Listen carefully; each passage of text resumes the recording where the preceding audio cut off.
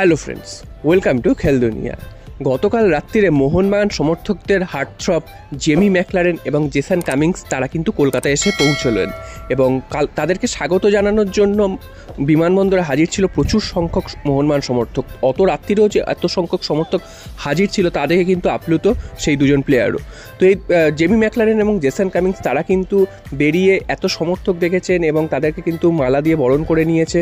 সেটা কিন্তু মোহনবাগান সমর্থকরা এর আগেও করেছেন, তবে জেমি ম্যাকলারেনের জন্য কিন্তু বিশেষ ব্যবস্থা ছিল এবং তাকে স্বাগত জানানোর জন্য কিন্তু আরও বেশি সংখ্যার সমর্থক হাজির ছিল, কারণ জেমি ম্যাকলারেনের মতন প্লেয়ার মোহনবাগানে কিন্তু এর আগে আসেনি। তিনি কিন্তু দুখানা ওয়ার্ল্ড কাপ খেলেছেন, এছাড়া অস্ট্রেলিয়ার এ লিগের সর্বোচ্চ স্কোরার।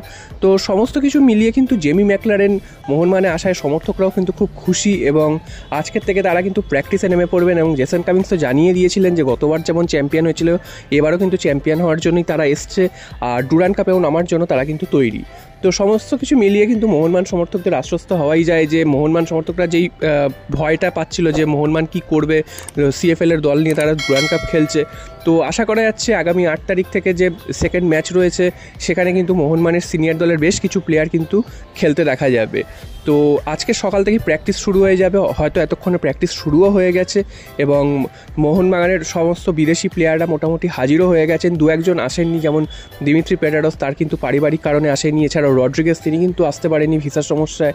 এছাড়া কিন্তু মোটামুটি সবাই এসে গেছেন, দেশীয় প্লেয়াররাও মোটামুটি সবাই এসে গেছেন এবং আজ মোহনবাগান দিবস এবং মোহনবাগান দিবসে কিন্তু তারা সবাই হাজির থাকবেন মোহনবাগান মাঠে।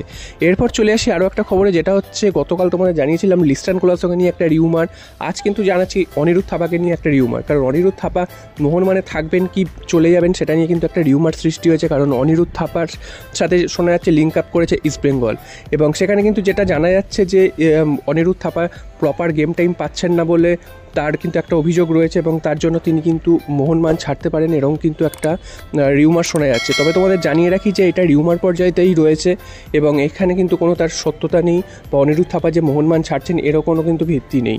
তো অনিরুদ্ধ থাপার এখনও অবধি যে খবর, অনিরুদ্ধ থাপা কিন্তু মোহনবাগানেই থাকবেন এবং তার সাথে অন্য কোনো ক্লাব যোগাযোগ করেনি এবং মোহনবাগান কিন্তু তাকে কোনো মতেই ছাড়বে না, কারণ অনিরুদ্ধ থাপার মতন এরকম প্লেয়ার মোহনবাগান কিন্তু আর পাবে না। তো মোহনবাগানের এই যে সেন্ট্রাল ডিফেন্সিভ মিডফিল্ড পজিশনে যে রোলটা প্লে করেছেন গত বছর অনিরুদ্ধ থাপা, তো সেটা কিন্তু খুবই ভালো করেছেন। হ্যাঁ, এটা হতে পারে যে অনিরুদ্ধ থাপা সেই অনুযায়ী খেলতে পারেনি, তার নামের সুবিচার তিনি গত বছর করতে পারেননি বা যতটা তিনি ভালো খেলেন সেটা খেলতে পারেননি ঠিকই, তবে অনিরুদ্ধ থাপাকে ছাড়ার মতন পরিকল্পনা কিন্তু এই মুহূর্তে